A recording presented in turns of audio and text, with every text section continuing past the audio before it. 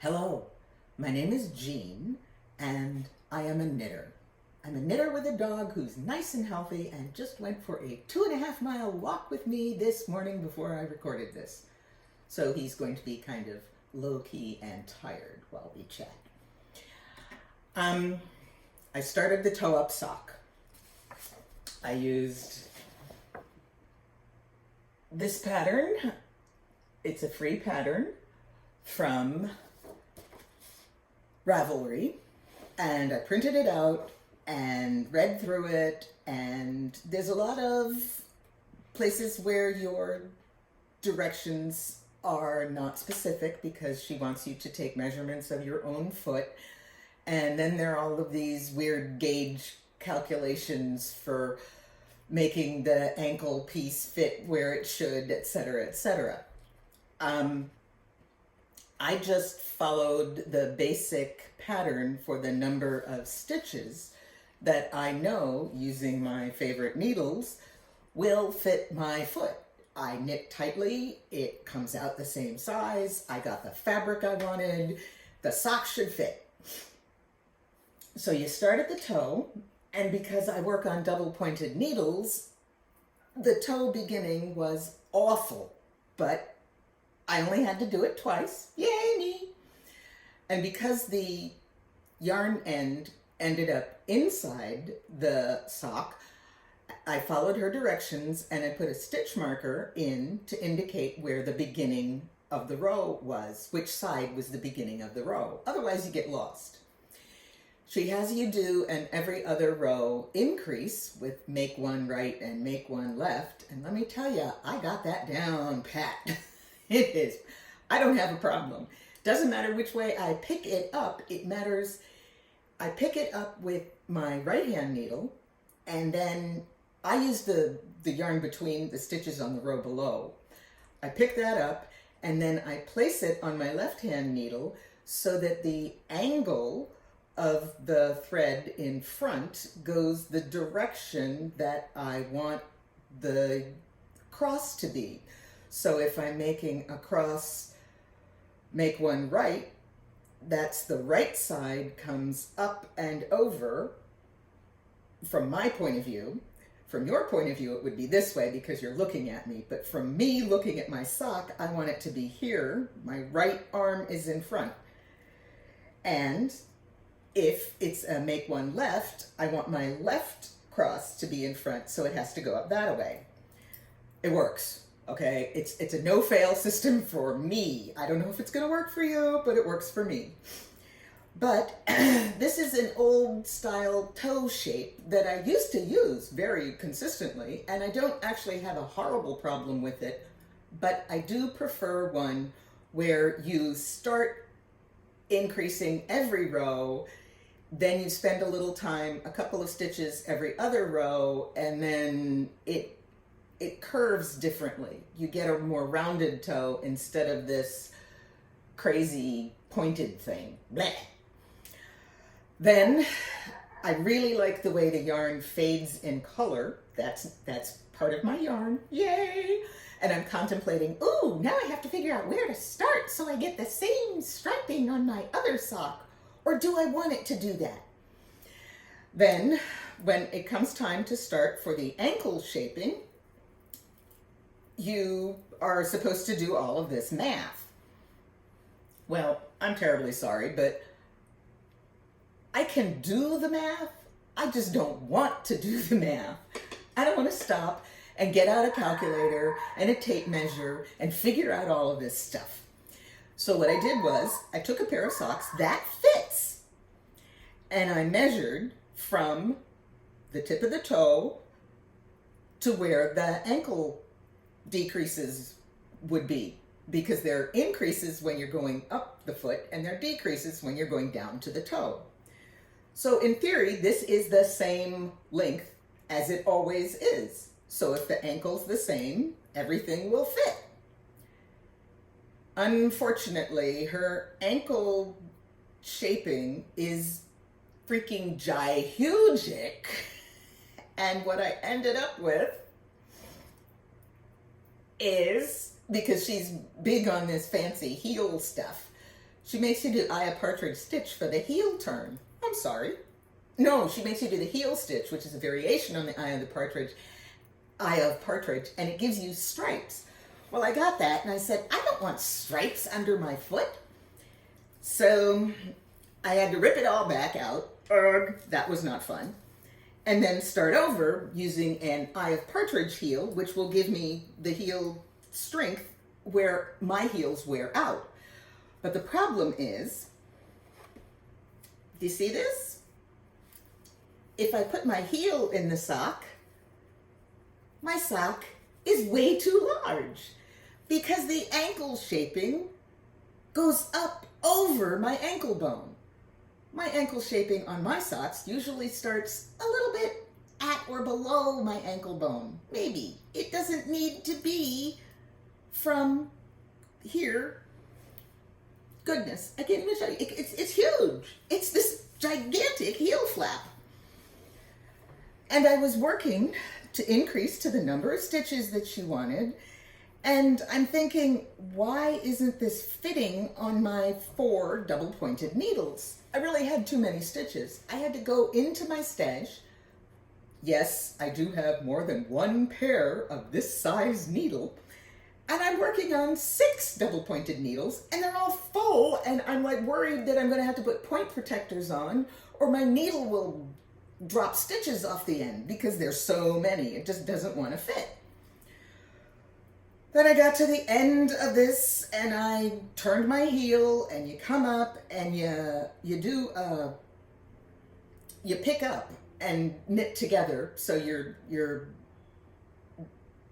picking up and decreasing every other row, but it's one stitch, and it just moves along, and it gives you, it's not a horrible edge, but it's kind of ridgy. It's not as smooth as I would like, but you know, that's what you get when you have to do that.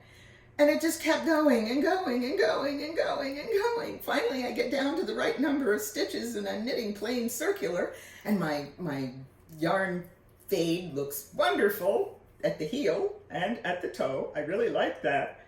However, this sock is 2 inches too long, and the heel is too big, and I followed the pattern to the best of my ability.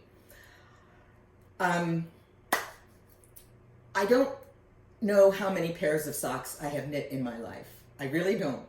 I knit them for my husband, I knit them for me, I wear them out. I used to knit 1 pair of socks a week for months and months. I had so many socks.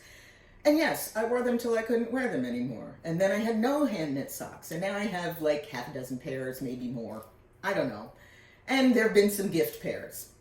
But I have never before in my life, in all the socks I have knit, in all the different patterns that I have downloaded, knit a cuff down sock that was a fail. Never. Not once, not ever. And the first time I try a toe up sock, it is a fail.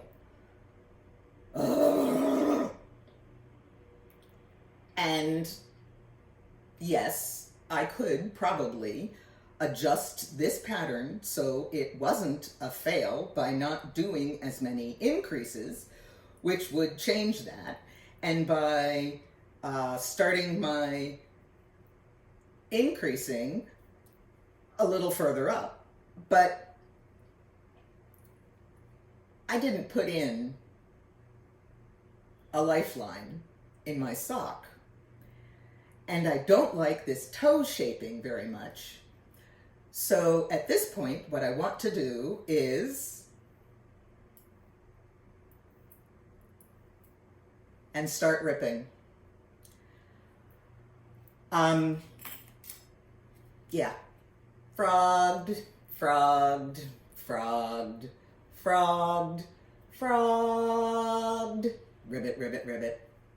This is not a sock that makes me happy. I won't wear it. I'm going to try again, and what I will probably do is stop ripping right now and pull out my niddy noddy and wind the yarn onto my niddy noddy, and while it's under a slight amount of tension on the niddy noddy, because it's a little niddy noddy, it's very cute, and hit it with some steam from my steam iron, which is over there, and it will take out the lumps, the kinks from being ripped out to be re-knit.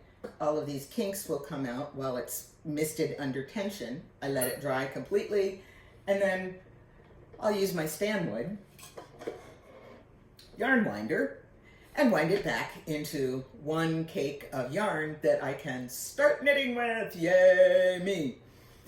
And I'm going to do a cuff down. I'm not going to do another toe-up sock. At one point I realized I had this stitch marker marking the beginning of the row. Oh, and Puppy has woken up. And then she tells you, and you really do need them, you got to put stitch markers in so you know where you're going to put your increases so you can count comfortably and make sure you get the right number of increases completed. 3 stitch markers to keep track of one sock? I've never had to do that before, ever. Puppy, I can't play with you now. I can't. Or can I? Go, get it. There will be squeaking noises now. The other thing I wanted to show you was my darning egg, which is what I use when I am adjusting the tension of the Kitchener stitch when I weave my toes together. Give me a second, I gotta go grab it.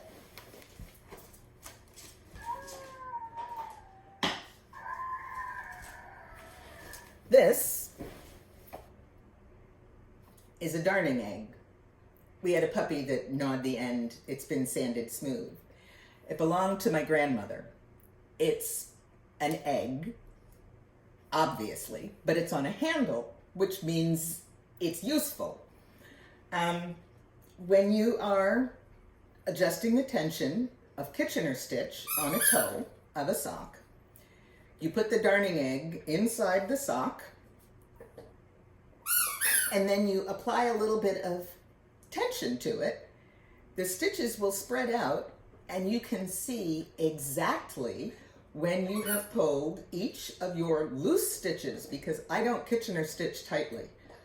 I Kitchener stitch very, very loosely, turn it inside out, and then from the purl side, I adjust the tension perfectly, one stitch at a time, pulling that one stitch so it's right, and then there's this long loop of thread, yarn, and then I pull that one stitch so it's right, and there's this long, and I go back and forth, and I adjust my tension on my Kitchener stitch until it's perfect. Then I thread my yarn through a yarn needle, stitch a little knot, bury the end, and I don't have to worry about it. But if I didn't have this, it would not be nearly as easy. Anything that you can use the bottom of a shot glass if you absolutely have to have nothing. Listen, you. Listen, you. But a darning egg, oh my goodness, they're really, really useful. And that's why they exist, because it's a tool that we use all the time. And it helps make the thing that you're trying to sew on or adjust really manageable, and you can control it. And you don't have to, you can go sideways, you can go around the end, it doesn't matter. But if you find a darning egg, grab it. I am frogging right now, but I will return to knitting because that's what I do. I try to toe up sock. If you are willing to do the math in the directions, because the directions are very clear and they are precise and they are accurate in this set of directions that I showed you, vanilla sock with gusset and choice of heel, you'll probably be successful. I was not willing to do the math because, by God, it's a sock. Why do I have to do calculus to get a sock? Well, it's not calculus, it's algebra, but we'll go there. Algebra was actually fun for me, but I'm just not willing to do it for a sock. And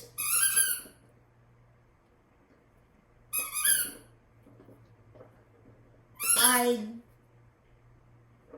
really like this yarn and I want to use it in a sock. So I will, but not just now. Have a good day, y'all. Subscribe if you want to, like if you want to, comment. I do read every single comment. I don't always respond, but I do read every single one of them. And I appreciate every comment you guys send to me. You are so supportive and so kind, and you're all knitters, so keep knitting.